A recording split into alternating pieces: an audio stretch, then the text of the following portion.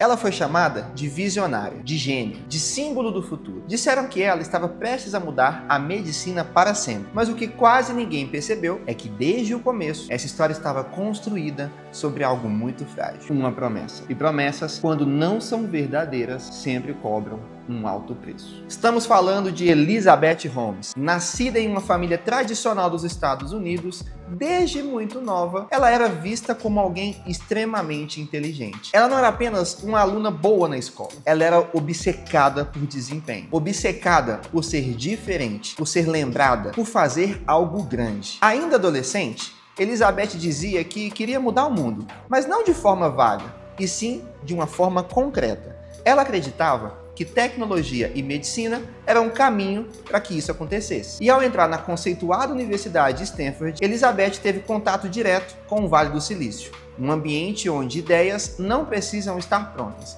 elas só precisam parecer revolucionárias. Foi ali que ela começou a desenvolver uma ideia que, segundo ela, resolveria um dos maiores problemas da medicina moderna. Algo que com certeza você já fez: a coleta de sangue. Elizabeth dizia que era absurdo furar o braço de alguém várias vezes para fazer exames. E realmente, se você pensar bem, isso é bem chato. E ela prometia algo simples, elegante e revolucionário: centenas de exames com apenas uma gota de sangue retirada do dedo. Isso mesmo, uma gotinha de sangue retirada do dedo era o suficiente para fazer centenas de exames. A ideia, com certeza, era perfeita. Menos dor, menos custo, mais acesso. Os hospitais economizariam, os pacientes sofreriam menos e o sistema de saúde mudaria por completo. Aos 19 anos, Elizabeth abandonou a Universidade de Stanford para fundar a empresa que daria vida a essa promessa. O nome? Theranos, uma mistura de therapy com diagnosis. Soava científico, soava sério, soava confiável. E desde o início, Elizabeth entendeu algo fundamental. No Vale do Silício, a narrativa vem antes da realidade. Ela passou então a se apresentar não como alguém que estava testando uma ideia, mas como alguém que já tinha a solução pronta. Falava com convicção, com frases ensaiadas, com uma postura quase teatral. Ela treinou sua voz para soar mais grave, mais firme, mais segura. Ela passou também a se vestir sempre de preto, gola alta, exatamente como Steve Jobs. Nada era por acaso. Investidores então começaram a aparecer. Alguns pediam demonstrações técnicas, mas ela recusava. Dizia que tudo era extremamente sigiloso, que revelar detalhes colocaria a tecnologia em risco. Curiosamente, isso não afastava os investidores. Pelo contrário, quanto menos eles viam, mais acreditavam que estavam diante de algo grandioso e muito inovador. Milhões de dólares começaram a entrar. Depois, centenas de milhões. A Theranos crescia rápido, rápido demais.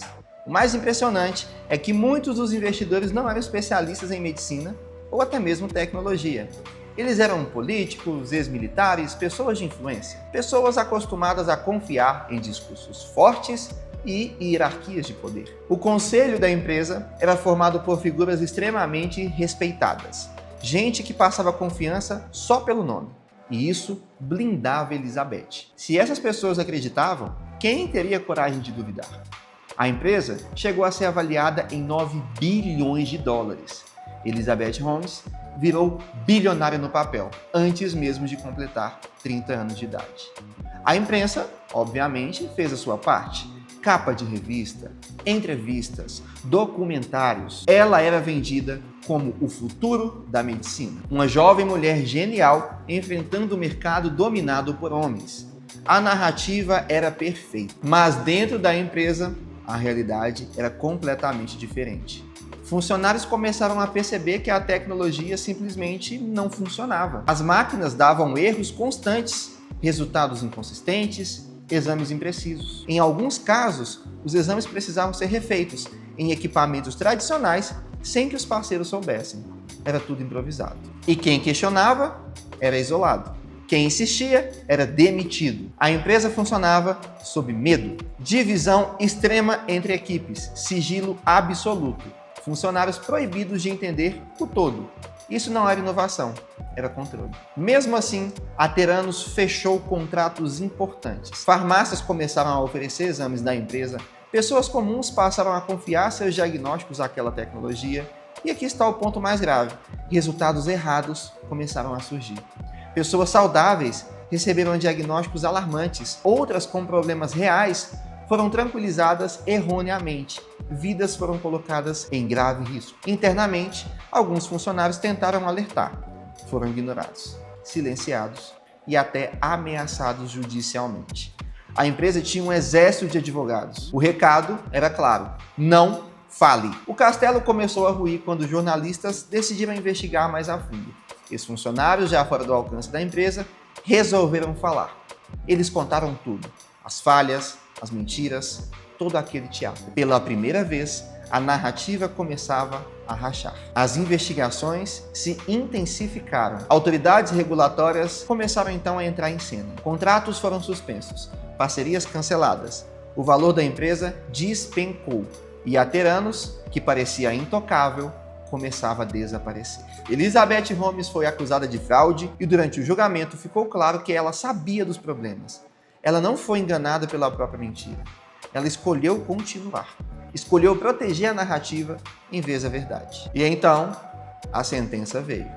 Condenação por fraude e conspiração. A empresa fechou oficialmente. O império de 9 bilhões de dólares simplesmente deixou de existir. Sem produto, sem tecnologia, sem legado. Mas talvez a parte mais assustadora dessa história não seja a fraude em si. É o fato de que tantas pessoas inteligentes preferiram acreditar do que fazer perguntas difíceis. Essa história não é apenas sobre Elizabeth Holmes. É sobre o poder das narrativas, sobre ego, sobre como o medo de admitir um erro pode destruir tudo. Quando todo mundo aplaude, questionar parece errado. Mas é exatamente nesse momento que questionar é mais do que necessário. Porque quanto maior a promessa, maior o impacto da mentira. Exatamente isso que enxergamos nessa história. Até onde alguém pode ir antes de admitir que errou?